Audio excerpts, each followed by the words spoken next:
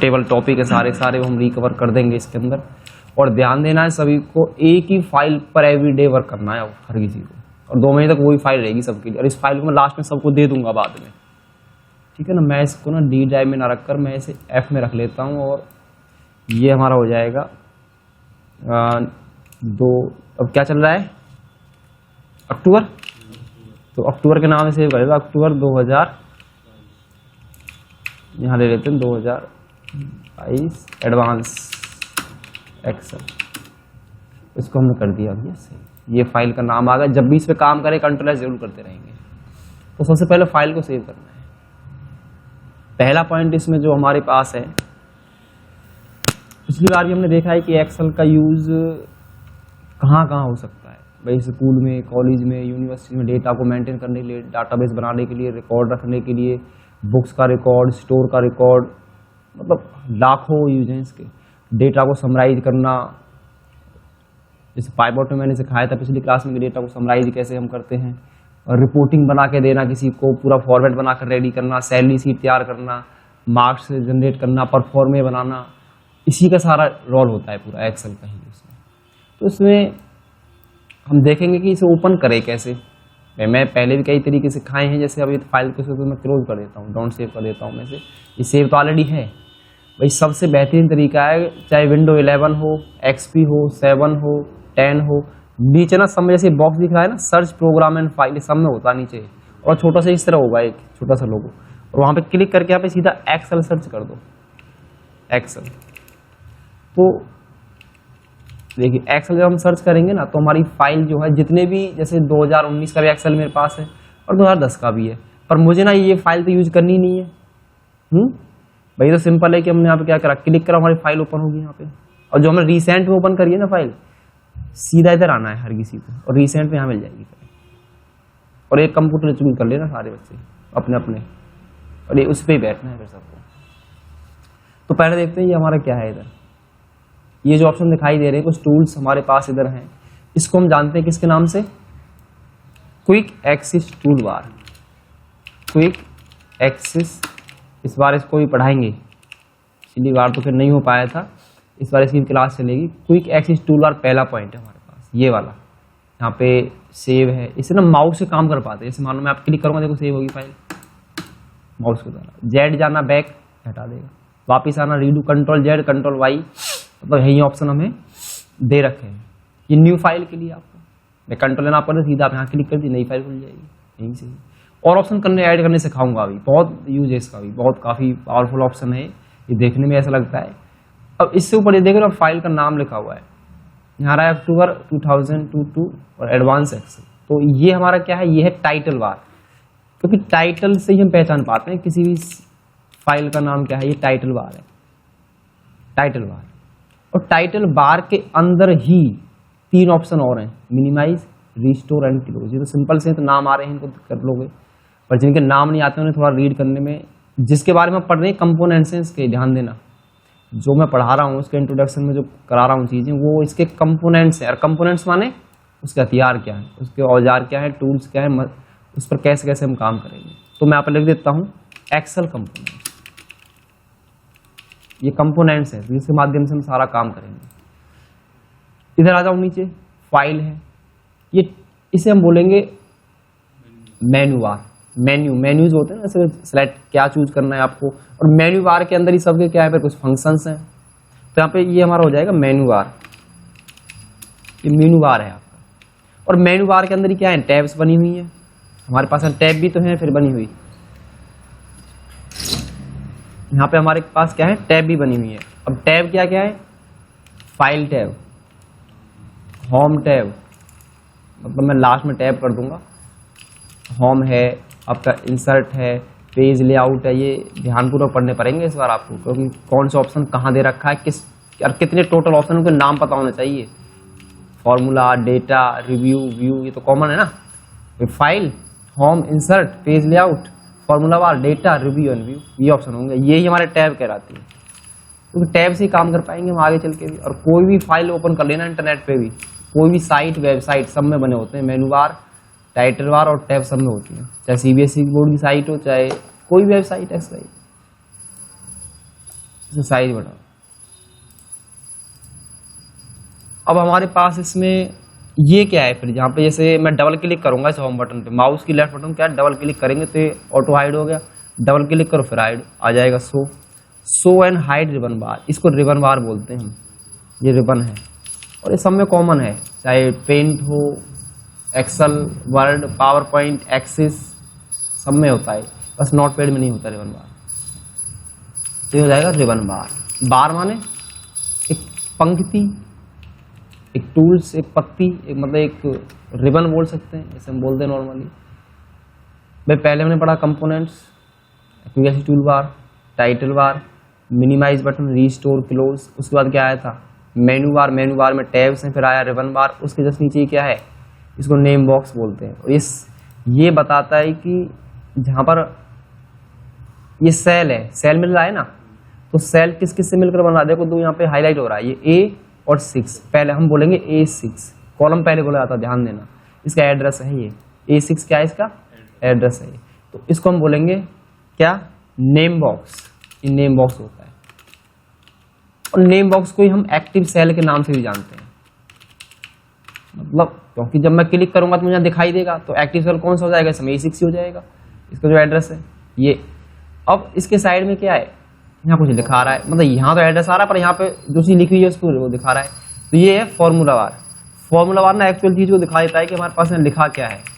ये formula bar है हमारे पास, ये हो जाएगा आपका फॉर्मूला बार, ये वाला। ये यहाँ ये तो एड्रेस दिखाएगा कि उस एड्रेस पे क्या चीज रखी है, भाई एड्रेस आ रहा है सेल का और उस पर क्या रखा है, ये वैल्यू रखी हुई है।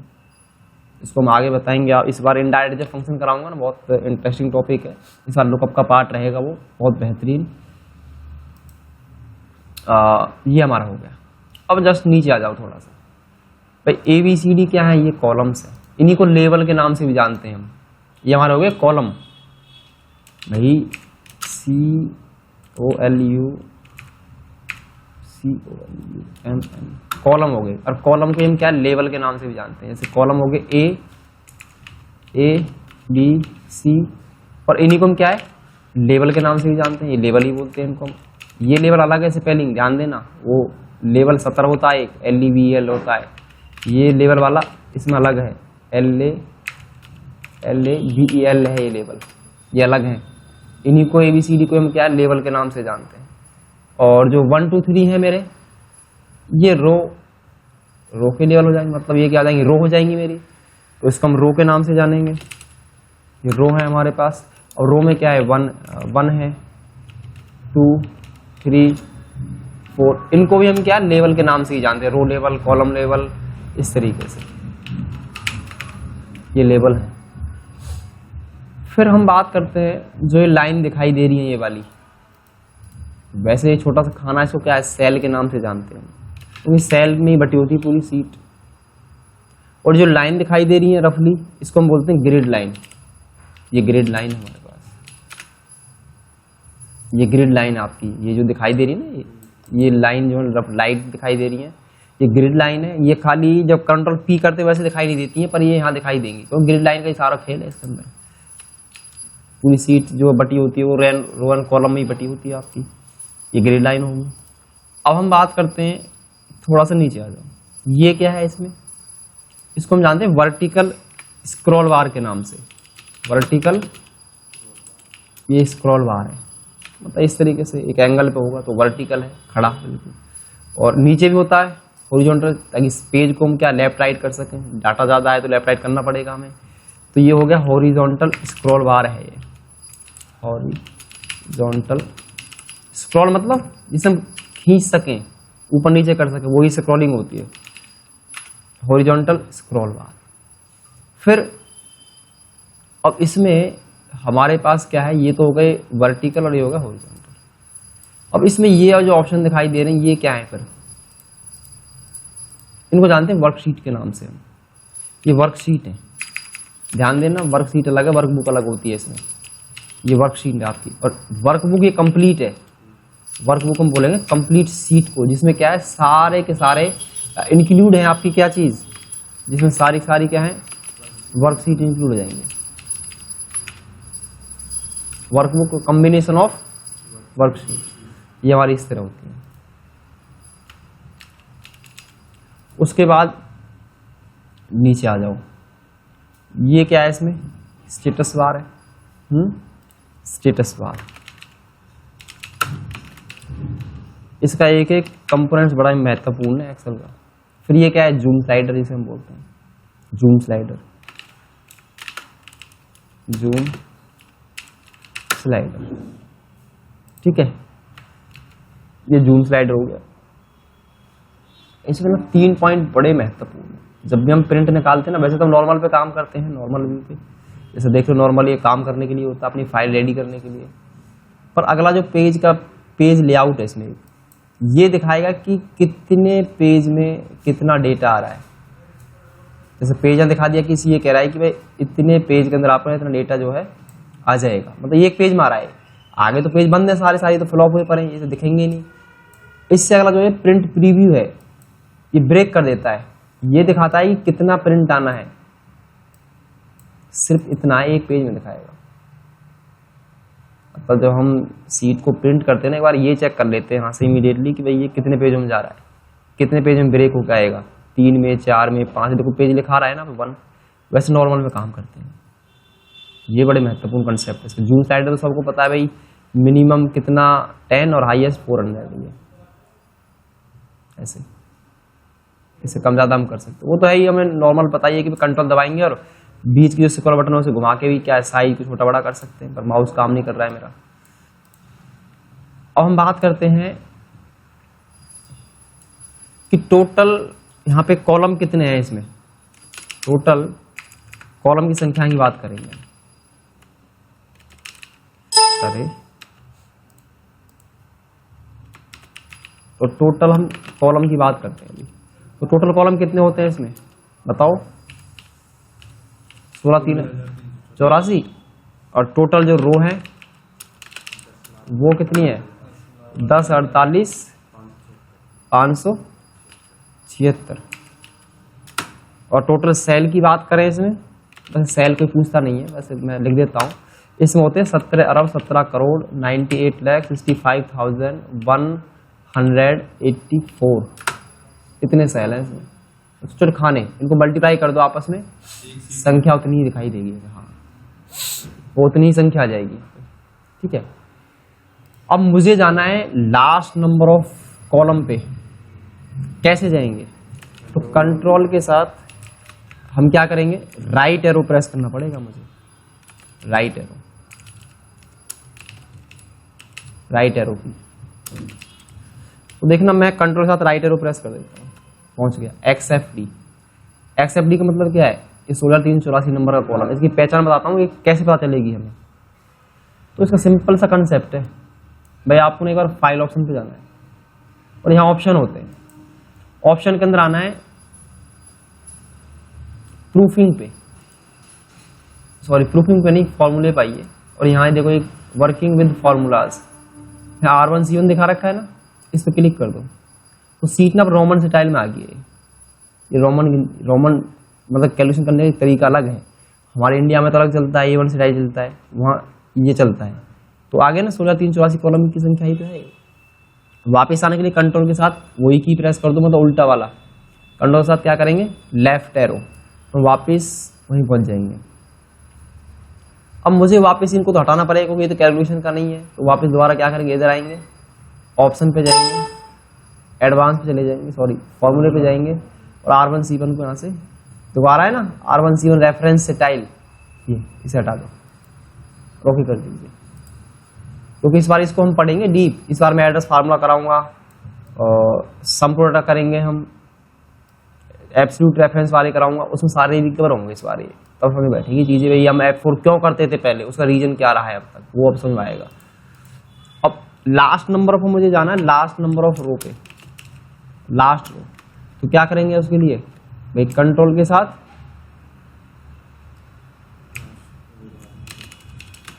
डाउन एरो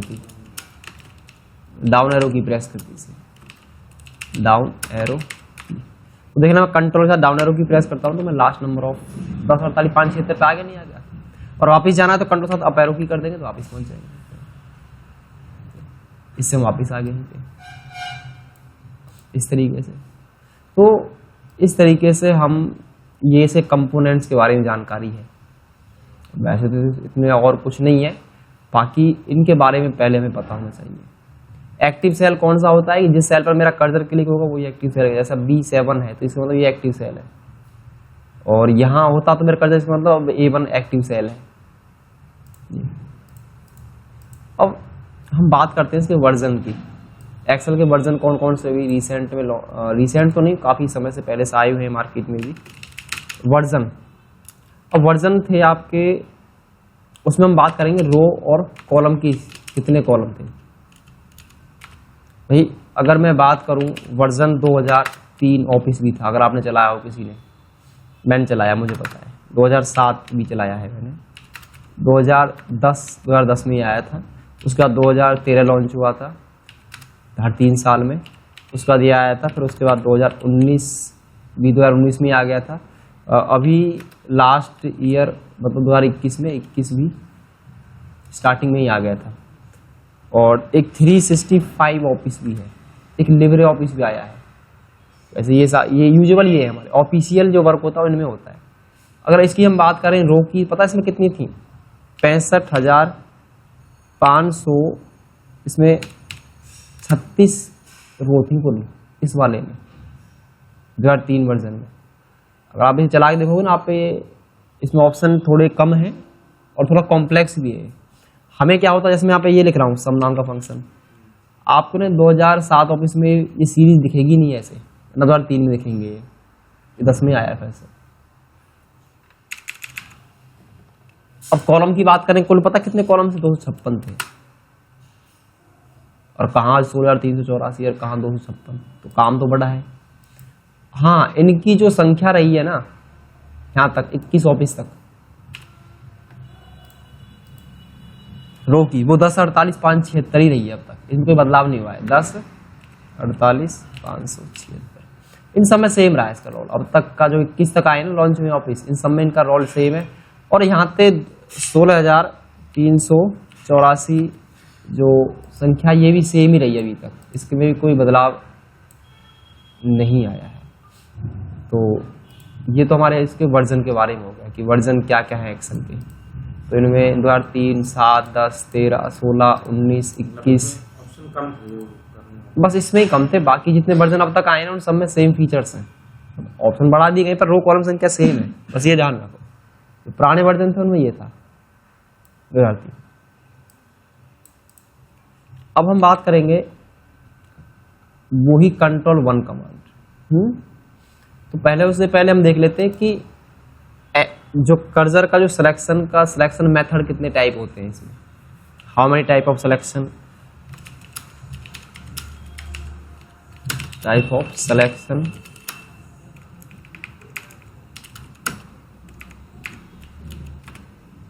तो अगर मैंने पिछली क्लासों में काफ़ी बार प्रयास भी करा है समझाने का कि अगर ये सेल सेलेक्ट है तो उसका मतलब ये सेलेक्ट ही है। अभी इस पर हम चाहें बोल्ड, इटैलिक, साइज बढ़ाना है, कम करना है, कलर देना है, वो हम आसानी से यूज कर सकते हैं। एक सेलेक्ट है।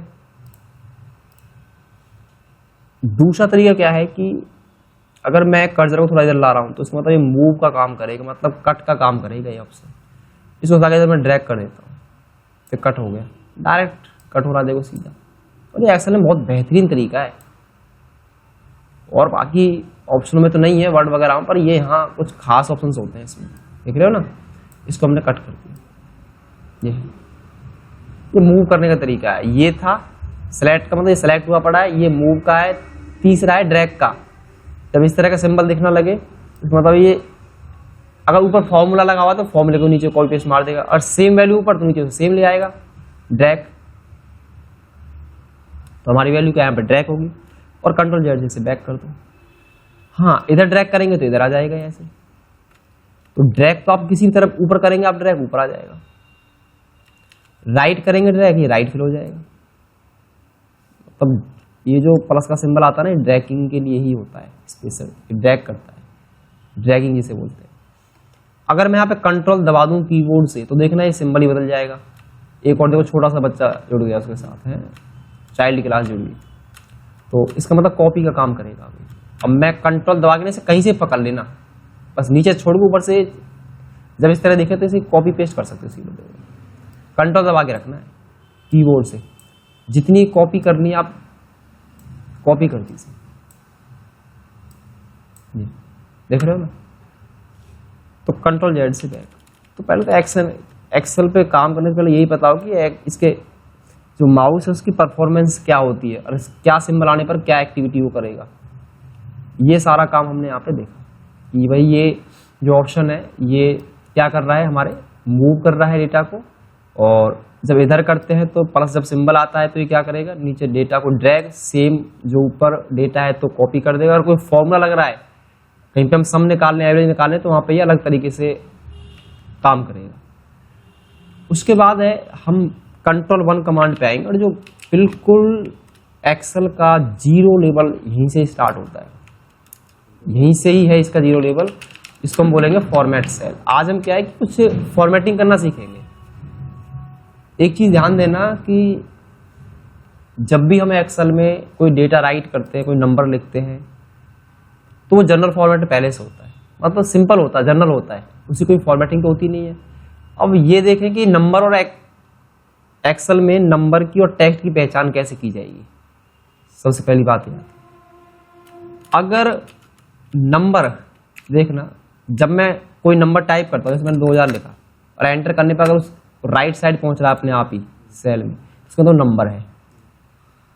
टेक्स्ट की पहचान क्या है, अगर मैं यहाँ पे कोई टेक्स्ट टाइप कर देता हूँ, जैसे मैंने यहाँ पे TXT टेक्स्ट राइट कर दिया और ओके कर दिया, तो ये लेफ्ट साइड रहेगा, ये रहेगा लेफ्ट साइड।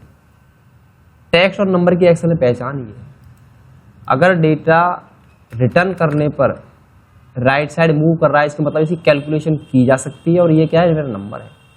अगर मैं यहाँ पे टेक्स्ट के साथ भी नंबर राइट कर देता हूँ तो ये टेक्स्ट माना जाएगा, ना कि नंबर माना जाएगा। ध्यान देना, चाहे वैसा कि इसमें नंबर पहले लिखा हुआ हो और टेक्स्ट हमने बाद में राइट कर दिया, तो ये भी क्या है हमारे पास, ये भी हमारे पास टेक्स्ट ही है। और टेक्स्ट सिंपल टेक्स्ट ही होता है, इसकी एक्सेल में आप कोई कैलकुलेशन नहीं कर सकते, बस खाली रिपोर्ट को डिजाइन कर सकते हो टेक्स्ट के थ्रू, इसका इतना रोल नहीं है अभी। तो हमने देख लिया कि नंबर और टेक्स्ट की एक्सेल में पहचान क्या है। और हम आते हैं कंट्रोल 1 पे, कुछ इसकी बेसिक से। तो मैं यहाँ पे मान चलो मैं नंबर ले रहा हूँ कुछ, मेरे पास नंबर यहाँ कुछ नेगेटिव संख्याएं हैं, जैसे माइनस में कुछ संख्या है, पॉजिटिव में है, फिर पॉजिटिव ले लिया, फिर यहाँ पे 9 -80 कर दिया, 50 कर दिया, 30 ले लिया। तो जो हमने नंबर टाइप करा ये बिल्कुल बेसिक जर्नल फॉर्मेट है, इसी कोई फॉर्मेटिंग नहीं है। हम चाहते हैं कि थोड़ा डेटा को और प्रोफेशनल डिजाइन किया जाए, तो इसको ना सबसे पहले क्या करेंगे, सेलेक्ट करना होगा, क्योंकि बगैर सेलेक्ट किए आप ना किसी डेटा की कोई फॉर्मेटिंग कर भी नहीं सकते एक्सेल में। तो सेलेक्ट कीजिए और कंट्रोल 1 प्रेस कीजिए कीबोर्ड से, तो यहाँ पर एक विंडो खोल के आएगी। इसमें पहला जो कैटेगरी, इसमें अलग अलग नंबर की कैटेगरी के लिए मतलब अलग अलग ऑप्शन दे रखे हैं, अलग अलग डेट के लिए, नंबर के लिए, करेंसी के लिए, अलग अलग यहाँ पे क्या है कैटेगरी वाइज उसको डिवाइड किया गया है फॉर्मेट सेल। हम आएंगे नंबर पे। अब देखो जैसे ही नंबर पे क्लिक किया तो सैंपल में क्या दिखाई दे रहा है, अपने आप ही 0 दिखाई देने लग रही है हमें कि 2 डेसिमल प्लेस में ऐड हो जाएंगे। हाँ, अगर डेसिमल प्लेस अगर नहीं आवश्यकता तो आप इसे यहाँ से हटा दीजिए, हट जाएगा। नीचे नेगेटिव नंबर को शो कराने के मेरे पास ना 4 मेथड है। जनरली तो बाय डिफॉल्ट तो आ ही रहा है, ऊपर दिख ही रहा है, तो उसे हम रेड कलर में दिखा सकते हैं, ब्लैक में और ब्रैकेट में हो, और रेड हो और ब्रैकेट में हो, तो ये भी अच्छा है। तो इसको मैं यहाँ पे अप्लाई कर देता हूँ। तो इसमें हुआ क्या कि हमारा जो डेटा था पहले की बजाय अब ये इसकी फॉर्मेटिंग हमने कर दी, अब ये जनरल नहीं रहा है। पहचानोगे कैसे कि नेगेटिव है या नहीं है, तो जब भी हम एक्सेल की फाइल किसी को ट्रांसफर करेंगे तो बेसिकली है तो ये नंबर ही एक प्रकार का। जब यहाँ पे वो आएगा तो ऊपर देखेगा कि ये माइनस की संख्या है, दिख रहा है, या डबल क्लिक कर सकते हैं किसी सेल पे हम, तो जो उसका ओरिजिनल डेटा है मुझे दिख जाएगा। तो जब भी हम कभी एक्सेल में इसकी फॉर्मेटिंग करते हैं डेटा की, उसकी ना विजिबिलिटी चेंज होगी, ओरिजिनल डेटा इसमें कभी बदलता नहीं है, वो खाली दिखेगा, रिपोर्ट जो डिजाइन करोगे उसमें दिखेगा, बाकी उसमें ना कोई एक्शन परफॉर्म नहीं होगा। ओरिजिनल डेटा वही है जो उसमें रहेगा। अब नेगेटिव नंबर को दिखाने के भी ना एक्सेल में दो माध्यम हमारे पास अभी हैं। और भाई या तो इस पर हम राइट क्लिक करके ना इसमें इंसर्ट कमेंट हम लगा दें, तो इससे क्या आप सीधा से दिखा दीजिए कि क्या है, this is a negative value, this is a negative number. या फिर क्योंकि जब भी कोई यूजर इस पे आएगा, ऑपरेटर आएगा, तो सीधा यहाँ आएगा और पता चल जाएगा कि नेगेटिव नंबर है। इंडिकेशन के लिए हमने क्या है, एक कमेंट डाल दिया यहाँ पे। या दूसरा तरीका ये है कि नीचे नोट डाल दीजिए आप, जैसे आप न्यूज़पेपर में देखते हो कई बार नोट डले होते हैं, तो इधर लिख दीजिए above red bracket value are क्या है, आपके नेगेटिव वैल्यूज हैं, नेगेटिव नंबर्स हैं वो। तो ये डेटा को ना अलग अलग तरीके से हम फॉर्मेटिंग कर सकते हैं अकॉर्डिंग टू नीड्स। तो हमने देखा कि जो सामान्य जो जनरल जो नंबर था हमारे पास, हमने क्या करा उसको हमने क्या कर दिया कि उसे एक नंबर फॉर्मेट उसे अप्लाई करके और थोड़ा सा उसे प्रोफेशनल हमने डिजाइन कर दिया। नेगेटिव नंबर को हमने दिखा दिया रेड में, और ब्लैक को जो नॉर्मल है वो तो ब्लैक रहेगा ही, तो सामान्य प्लस है ही पहले से।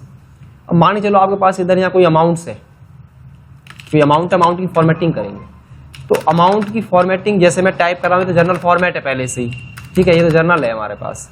अब इसको हम थोड़ा सा और डायनेमिक और प्रोफेशनल बनाएंगे ताकि हमें थोड़ा सा क्या बेटर दिखाई दे। तो क्या करेंगे, इसे हम पहले सिलेक्ट कर लेंगे, इसको हम 1000 सेपरेटर अप्लाई करेंगे। भाई सिलेक्ट किया और कंट्रोल 1 क्लिक किया, क्या करेंगे, नंबर पे आ गए, और यहाँ क्या है अगला ऑप्शन है यूज 1000 सेपरेटर। 0 तो नहीं चाहिए मुझे, मैं यहाँ से इनको हटा देता हूँ। और क्या करेंगे, इसे ओके पर जैसे मैं क्लिक करूंगा तो आपका जो अमाउंट है वो पहले से और बेटर और प्रोफेशनल रूप में आपको जो अमाउंट है वो दिखाई देने लगेगी इधर। तो इस तरीके से जब भी हमें लगता है कि डेटा आगे ट्रांसफर करना है, प्रोफेशनली डेटा को हम मैनेज कर रहे हैं, ऑफिशियली डेटा को मैनेज किया जाता है, तो वहाँ जनरली ना फॉर्मेट आपके वर्क वहाँ करेंगे नहीं, वहाँ पे आपको डेटा को कस्टमाइज करना पड़ेगा ताकि रिपोर्ट को बेटर टू बेटर हम बना के दे सकें। इसलिए हम कस्टम जो कंट्रोल 1 कमांड है वो सबसे ज़्यादा प्रयोग में आती है। मान लो इसी अमाउंट्स को मैं इधर ड्रैग कर देता हूँ सेम, और मैं आपको इसमें कुछ करेंसी फॉर्मेट लगा के दिखाता हूँ। इसको जनरल करने के लिए मानो गलती से ये हो भी जाए, इसे जनरल वापस बनाने के लिए जैसे पहला था तो कंट्रोल 1 करके ना इसे वापस जनरल पे क्लिक कर दीजिए, अपने वापस उसी ओरिजिनल रूप में आ जाएगा। फिर से हमने सेलेक्ट किया, कंट्रोल 1 पे गए, करेंसी पे आए। भाई नंबर तो मैंने बता दिया आपको, ये अलग अलग तरीके हैं। अब है करेंसी। अब यहाँ पे ना करेंसी में डेसिमल प्लेस को मैं कर देता हूँ 0, और यहाँ क्या है कि अब अलग अलग देश की अलग अलग करेंसी होती है। जैसे मान लो मैं इंडियन रुपीज़, इसमें डॉलर भी है, हिंदी वाला फॉन्ट है, ये हमें यूज कर लेते हैं, और यहाँ से इसको मैं डेसिमल प्लेस को 0 ओके कर देता हूँ। तो देखिए यहाँ पर ये जो करेंसी फॉर्मेट है अपना आप अप्लाई हो जाएगा इधर। और भी है उसके अंदर, और चाहो तो और भी आप यूज कर सकते हो। जैसे मैं इसी पे दूसरा दिखा देता हूँ, एक कंट्रोल 1 क्लिक करके, और यहाँ करेंसी के अंदर यहाँ एक और होता है, आप आई प्रेस कीजिए, इधर INR होता है एक इंडियन रुपीज़ के लिए जो इंडिया करेंसी को डोनेट करता है। तो आप इस पर क्लिक करके भी अपना जो अमाउंट है आप उसे ऑफिशियली डिजाइन कर सकते हो, ऑफिशियली उसकी रिपोर्टिंग की जा सकती है, ताकि अपना जो अमाउंट का जो फॉर्मेट है उसको हम क्या है एक बेटर टू बेटर हम बना के जब भी इसको हम आगे अपने HR को, फोरमैन को, रिपोर्ट को प्रेजेंट करेंगे तो एक डायनेमिक इफेक्ट जाता है और रिपोर्ट बड़ी प्रोफेशनली बनती है फिर हमारी। और यहाँ पे आप डबल क्लिक करेंगे तो वैसे तो यहाँ कुछ नहीं है, कोई INR नहीं है, वो तो खाली एक विजिबल हो रहा है। कस्टम फॉर्मेटिंग क्या करती है, सिर्फ डेटा में विजिबिलिटी को चेंज कर देती है, दिखने का जो तरीका वो बदल जाता है। डेटा तो यहाँ वही है पहले जैसा ही। अगर ये वापस बदलना पड़ जाए तो क्या करेंगे भाई, कंट्रोल 1 क्लिक करके क्या करना है, करेंसी पे आके इसे और यहाँ से नन कर दीजिए, या फिर यहाँ पे आप जनरल कर दीजिए, वापस सारे हट जाएंगे जो आपने अप्लाई किए करेंसी फॉर्मेट, और कंट्रोल Z से इसको बैक कर देते हैं। प्रिंट में आएगा ये जब भी मैं, जैसे मानो इसको मैं सेलेक्ट कर लिया, अब मैं इसे कंट्रोल P कर देता हूँ, तो यहाँ पे ना एक सिलेक्शन का दिखाता हूँ। यहाँ पे होता है प्रिंट सिलेक्शन, आप देखेंगे यहाँ पे सिर्फ जो हमें सामने दिख रहा है वो हमें क्या है वहाँ पे वो विजिबल ही हो जाएगा एज इट इज, ठीक है। तो इस तरीके से हमारी रिपोर्ट्स में ये बन के आएगा, प्रिंट भी होगा। हमारा उद्देश्य क्या था कि रिपोर्ट को अच्छे ढंग से बेटर टू बेटर बना पाए, और उसको जैसा वो दिख रहा है, जैसा डेटा विजिबल हो रहा है वो वैसा ही हमारी क्या रिपोर्ट में प्रिंट हो जाए। अब हो सकता है कई बार क्या होता है कि कहीं पे कुछ जीरो हैं, मान के चल रहा हूं मैं भाई किसी का इंक्रीमेंट करना था। अब यहाँ पे क्या हुआ, अब यहाँ पे क्या है, जीरो है, जैसे कहीं पे इसका इंक्रीमेंट नहीं हुआ, इसका 2000 से हो गया, इसका जीरो रहा, बाकी इन सब का इंक्रीमेंट हमने कर दिया है, इसका 4000। तो हम चाहते हैं कि जीरो जो दिख रहा है ना, इसको हम एक सिंबल में कन्वर्ट कर दें ताकि वो एक डैश में हमें दिखने लगे। इसका बहुत आसान तरीका भी हमारे पास है। अगर मैं सीधा इधर क्लिक कर दूंगा ना इस कॉमा सेपरेटर स्टाइल पे, तो ये अपना आप यहाँ पे ना जीरो में कन्वर्ट कर देगा। बहुत आसान तरीका, बहुत सिंपल मेथड है। हाँ, जीरो हटाने तो आप सीधा यहाँ पे जाके इनको हटा भी सकते हैं यहाँ से, और कंट्रोल 1 क्लिक करोगे आप देखेंगे यहाँ पे, तो यहाँ अकाउंटिंग ऑप्शन होता है, और अकाउंटिंग में क्या करना होगा, देखो आप अपना पा रहे हैं, तो इसको डेसिमल प्लेस का जीरो करना होता है और सिंबल को नन कर दीजिए, और बाय डिफॉल्ट ये जो रिपोर्ट है ये बन के रेडी हो जाएगी अपने आप ही। इस तरीके से यहाँ है तो यहाँ जीरो ही, यहाँ है तो जीरो ही, पर ये रिपोर्ट जो है थोड़ा पहले से बेटर बन गया। तो इस तरीके से हम नंबर की फॉर्मेटिंग कर सकते हैं जब हमें लगता है कि नंबर को प्रोफेशनल तरीके से क्या है हमें डिजाइन करना है।